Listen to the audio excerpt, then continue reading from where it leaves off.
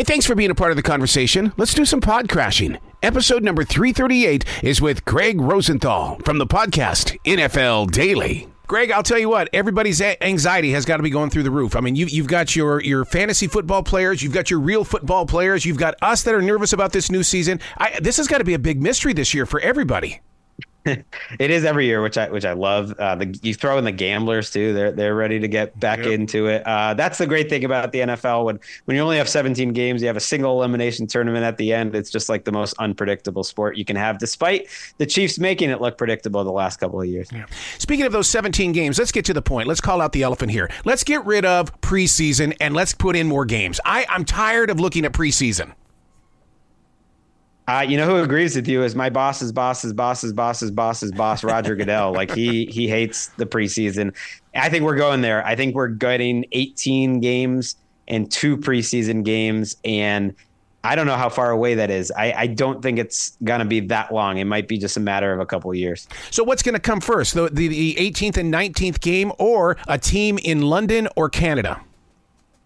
Just the 18th game. 19's crazy. Man, 18 seems a little crazy to me, to be honest. I think that might be the outer limit. But 18, I think, is going to happen.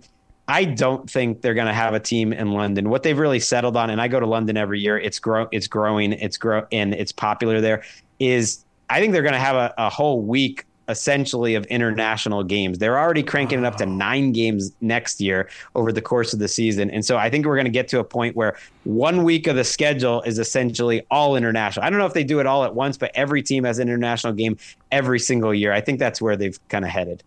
How do you keep yourself together when every day is never the same as the next day? I mean, there's constant change going on. Oh, that's what I like, because otherwise you get bored. Like that's one of the most fun things I think about working in sports is that one season is never the same as the next. One Tuesday is even never the same as the other one. So people are interested in it. So I get into the minutia of it on NFL Daily. We obviously cover all the games and recap all that stuff, but it's all the transactions, all the movement, all the strategy that makes it fun. Is there a side of your creative imagination that's wondering if Taylor Swift is going to show up at that Chiefs game this weekend? She probably will, right? Yep. It's Thursday. Actually, I have no idea what her concert schedule is. I feel like she's off the road now. I know the relationship's going well because they just bought a horse together and named it after Taylor Swift. So that's a pretty good sign. Wow. All right, let's talk about Bo Nix. Are we going to start seeing a lot of Knicks jerseys across this country? Country is a stretch, but man, the Broncos fans are really high on this kid. Let's see it in the regular season, that week 1 game against Seattle, who I think is going to be a sneaky good defense. Let's see it. I think he could be a quarterback that comes in better than most rookie quarterbacks because of his experience, his age, the system Sean Payton runs. But the ceiling to me is a little lower than you would want on a first round pick. To me, he has a real good chance to come and be like an average starting quarterback, which for the Broncos is a big upgrade over what they've had the last 8 or 9 years. Well, when you bring up average quarterback right away, I'm thinking of from Clemson, Mr. Trevor Lawrence. What's happened here with this story? Yeah. He got hurt last year, midway through the year, but I'm with you. There's just been something a little missing. I think when I talk to people around the league, I hate to overrate like an it factor type of thing, the leadership, the stuff of really wanting it more than any other quarterback that comes into the play. And I think there are questions about that with Trevor Lawrence. He's certainly very talented. I think he's better than average, but he hasn't been nearly as good as you would have expected. And he sees guys coming to the league, even in his own division, CJ Stroud. To me, CJ Stroud showed right away he's already a tick above Trevor Lawrence. So what is it like for you to not have these networks around you with these podcasts? Because you guys really get into some subjects, and there are times you argue a little bit, but to me, that's what it's all about. Right. Look, the NFL has always let us say what we need to say to a certain extent. They've never really said it. You have an idea of what could cross the third rail, but I've always been pleasantly surprised. We can talk about everything. We can talk about the suspensions. We can talk about who's being a jerk, who doesn't deserve to have their job. And yeah, it's a fine balance that you have, but and that these are people that you're talking about. But usually I feel like we can say what we need to. Don't you think that part of the NFL, the fun is at the tailgating or at a grocery store where everybody is wearing their team jerseys? Yes, I started working in baseball 20 plus years ago. And I do think like what a different career that would have been. Not that it's not a good sport, but there is something about the fact that everyone at school, my kids, like it's the lingua franca. It's the language we have of this entire country where everyone has so many different things going on that yet everyone has an opinion on Dak Prescott and the Dallas Cowboys. Mm-hmm. What's your go-to after week number 1? Do you go to the injury report first, or do you go to the stats of who got in? Yeah, I would go to the stats. I would go to the film, the game. Like I try to set myself apart by watching, because you can't watch it all on Sunday. You watch it out, through the course of the week and try to get your eyes on every single player, every single game, so you actually know what you're talking about when you're talking about all 32 teams daily, because it tells you a lot. You get used to watching these games, and half the time you turn on ESPN and you see the main guys honking there, and you realize, oh, they don't know what they're talking about at all. They did not really watch this thing.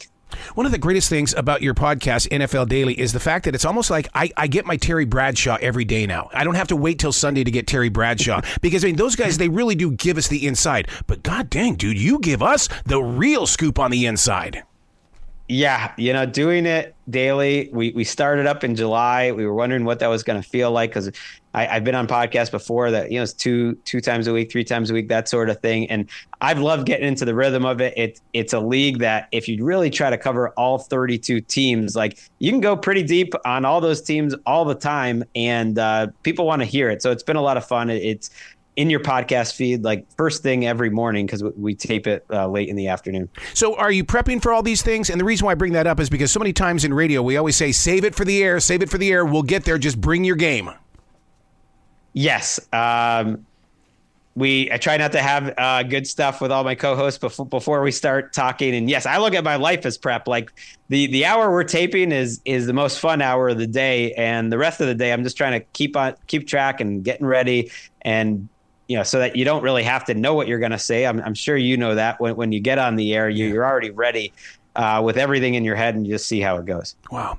The game is so unpredictable. My eyes are on Aaron Rodgers this weekend. What about yours? Yes, that's a fun one. I think about this game that's in Brazil. It's on Friday night, and it's going to be Eagles, Packers, which to me are 2 fascinating teams. Young quarterbacks, Jordan Love, Jalen Hurts, 2 new coaches in terms of the coordinators, defense for the Packers, offense for the Eagles, what kind of group they're going to run. And 2 teams that if you told me it's Packers, Chiefs in the Super Bowl, or it's Eagles, Bills in the Super Bowl, like I can see that. The NFC is wide open, and these are 2 teams that maybe they won't live up to their potential or anything, but there are 2 teams I'm really excited to watch. I think they both will make the playoffs, and I think they're 2 of the most exciting teams, and so that's a great week 1 matchup.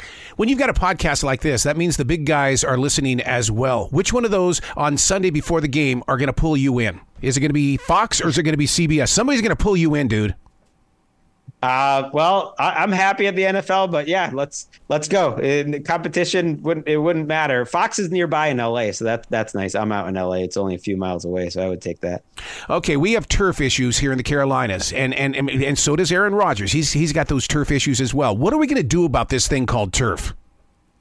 It's funny. The NFL has, I think, commissioned a study, and they're trying out all these different turfs, and they're trying to show that whether it's worth changing or not. I do think we're getting to the point that most of the fields in the league are going to be natural grass or some version of it. Even if it's not that much safer, because look, injuries happen on grass. The players love it. They like it better. They feel more comfortable. It's a players' league. Make your players happy. You can get it done. You've got enough money.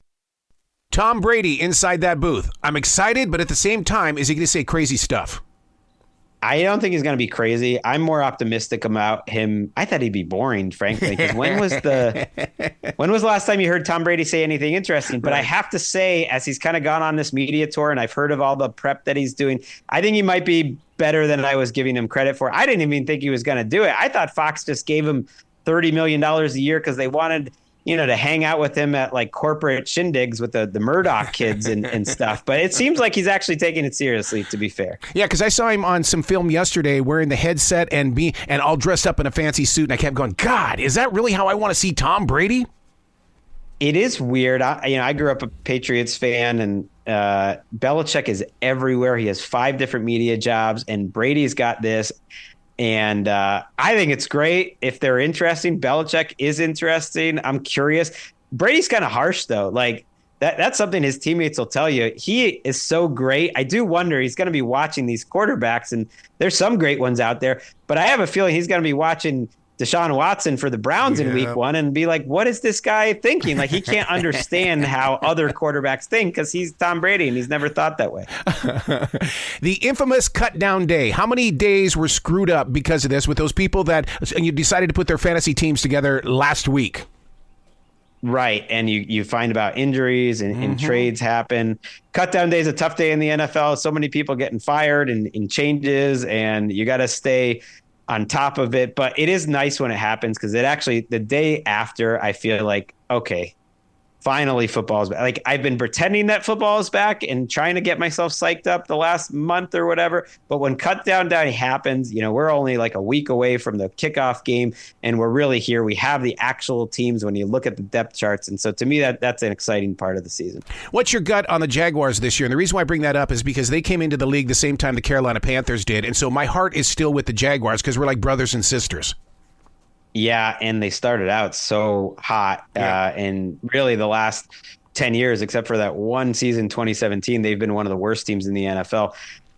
They're one of the teams I have the hardest time knowing what to do with. Like, if you told me on our show, we have something called the Dalton scale because it was based on Andy Dalton was the very middle of quarterbacks. So if you have a quarterback better than Andy Dalton, you have a franchise quarterback. If it's worse, then you don't have a franchise quarterback. And to me, the Jaguars are like the Andy Dalton of teams. They're just right in the middle. They don't make you excited. They're not too good. They're not too bad. They're like a piece of toast. And Trevor Lawrence is kind of like that as a player too. To me, they're a third place team in this division, and yet they'll probably win 8 or 9 games, and I don't think they'll be bad, and they won't be too good either. Well, they've always got that power too to come up there and just spank the Carolina Panthers. It's like, God dang, they weren't supposed to win this game. What happened here? I mean, both teams are willing to drop the ball.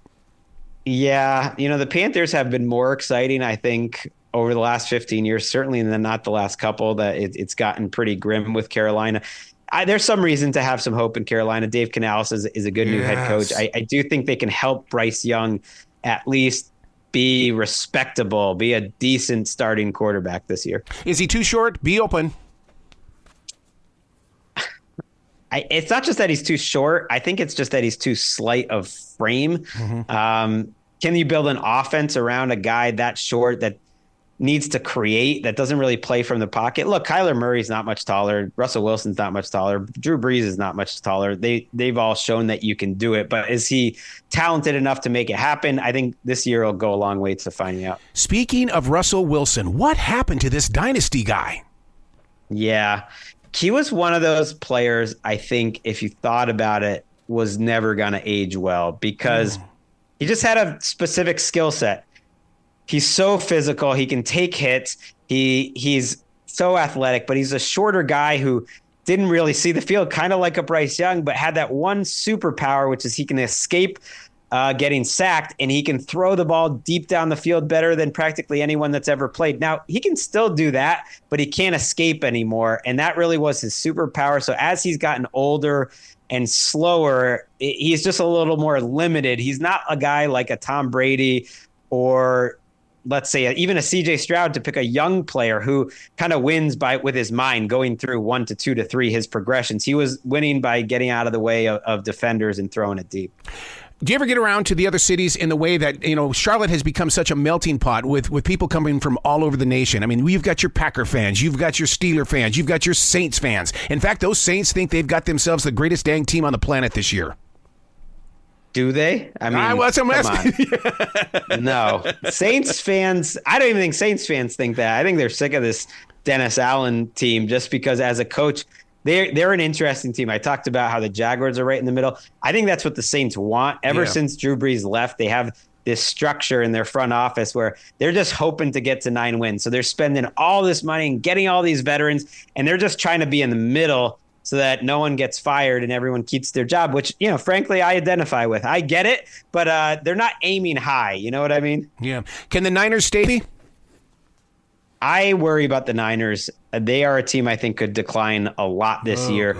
They've had these holdouts with Trent Williams and Brandon Ayuk. They're counting on their big stars to stay healthy. Nick Bosa, Christian McCaffrey. They are a team, if I had to pick one to kind of decline a handful of wins, they would be up there. Wow. One of the things that you brought up that I've never heard of before is this thing called the power poll. I think fans are going to dig this. Are you going to continue it? Yes, that was us voting kind of where the league stood going into the season. And look, we had the 49ers second, I believe, on that, even though I thought they'd be a little lower. But yeah, we'll revisit that throughout the course of the season, kind of group the teams into the tiers. See if your Panthers, can escape that bottom tier. So to me, it is nice to have lower expectations. If they can just get to be like the 23rd best team in the league, that's a good season for the Panthers. But being, in Carolina where we've got the Tar Heels and Duke, I mean, we want to be in the playoffs. We want to have the action. Yes, and you're not going to be there this year, but you can start building towards it. I think what they did in terms of building up their offensive line and really spending as much as they could to make Bryce Young's life a little easier was smart. And I think next year will be about improving the defense too. You opened up my eyes when you were talking about the top 50 free agents for 2025. My God, that seems like a large number.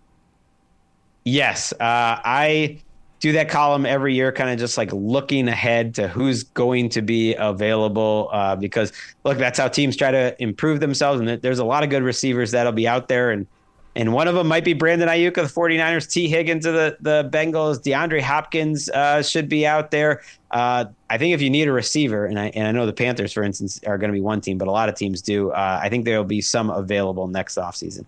So are you glad that Riverboat Ron is not with the Commanders? Funny you mention him. He's actually going to be on NFL Daily next week, I believe. I don't know if he knows this yet. We're going to be talking about like who's going to win Coach of the Year. And he was a fun coach when he was with the Panthers. I loved his attitude in terms of going for it. And I love those Cam Newton teams. On my old podcast, the Around the NFL podcast, we had something called the team of the Around the NFL. And we would pick a team every year. And they were their first ever team, the 2013 Panthers. I think that was such a fun team. The 2015 team that made the Super Bowl was really fun. So to me, that was a fun era in Carolina. That guy, as a real person, is so down to earth. I mean, you'll see him at a grocery store, and he'll just sit there and talk to you, and it's like going, "Oh my God," And I mean, he loves people. He does. That's why I'm excited to have him on the show. I've met him a few times, but he is now working with us actually at NFL Network. So we heard he was in the building. We're like, oh, we got to get him on. He won Coach of the Year twice. So we're going to go through who could win Coach of the Year, and he's going to get, pick who he thinks are the best coaches in the league. Do you think Jaden Daniels is going to have the right leadership? Yes. I like Dan Quinn, his head coach.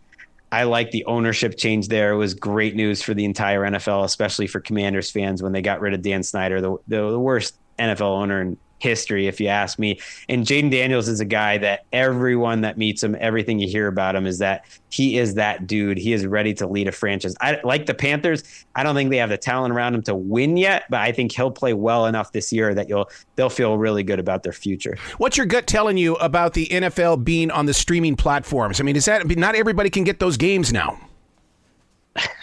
Like, that is true, and yet it's just where the world's going, and it's just part of it. And so I think that's unfortunate that it's not as big of an audience as an NBC, but it's getting there. And yeah, those games on Prime, on Netflix, on Christmas, that was a seismic day when they announced that.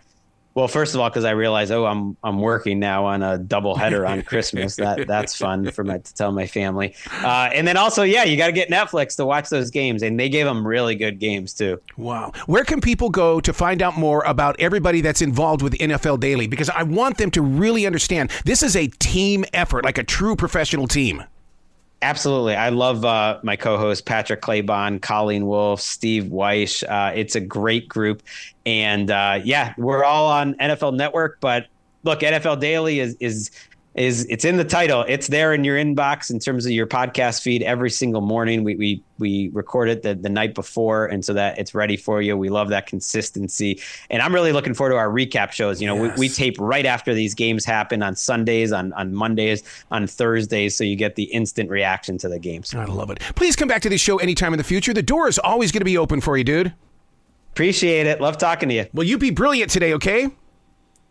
Thank you. You too.